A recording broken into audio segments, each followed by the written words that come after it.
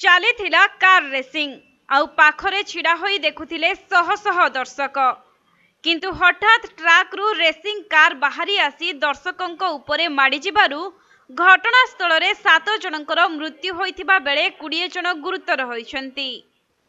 ଏପରି ଏକ ଅଭାବନୀୟ ଘଟଣା ଶ୍ରୀଲଙ୍କାର ଦିଆତାଲୁଆ ସହରରେ ଘଟିଛି, ଯାହାକି କାର ରେସିଂ ଦେଖିବା ପାଇଁ ଦର୍ଶକଙ୍କ ଖଚାଖଚ ଭିଡ଼ ଜମିଥିଲା।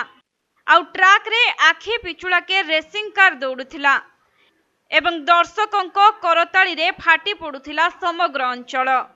କିନ୍ତୁ କ୍ଷଣିକ ମଧ୍ୟରେ ଅଘଟଣ ଘଟିଗଲା, ଯାହାକି ଦ୍ରୁତ ଗତିରେ ଯାଉଥିବା ଏକ ରେସିଂ କାର ହଠାତ୍ ପାଖରେ ଛିଡ଼ା ହୋଇଥିବା ଲୋକଙ୍କ ଉପରକୁ ମାଡ଼ି ଯାଇଥିଲା। ଫଳରେ ଏହି ଦୁର୍ଘଟଣାରେ ଘଟଣାସ୍ଥଳରେ 7 ଜଣଙ୍କ ମୃତ୍ୟୁ ହୋଇଥିବା ବେଳେ 20 ଜଣ ଗୁରୁତର ଭାବେ ଆହତ ହୋଇଛନ୍ତି। ମିଳିଥିବା ସୂଚନା ଅନୁଯାୟୀ ଏହି କାର୍ଯ୍ୟକ୍ରମରେ ପ୍ରାୟ 45,000 ଲୋକଙ୍କ ଭିଡ଼ ଜମିଥିଲା। ଶ୍ରୀଲଙ୍କା ସେନା ଏବଂ ଅଟୋମୋବାଇଲ ସ୍ପୋର୍ଟସ ପକ୍ଷରୁ ଏହି କାର୍ଯ୍ୟକ୍ରମ ଆୟୋଜିତ ହୋଇଥିଲା।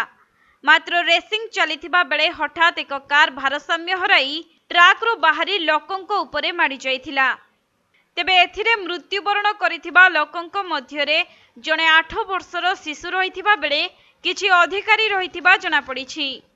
ତେବେ ଏହି ଦୁର୍ଘଟଣାରେ ଆହତ ହୋଇଥିବା 20 ଜଣଙ୍କୁ ଉଦ୍ଧାର କରି ନିକଟସ୍ଥ ମେଡିକାଲରେ ଭର୍ତ୍ତି କରାଯାଇଥିଲା।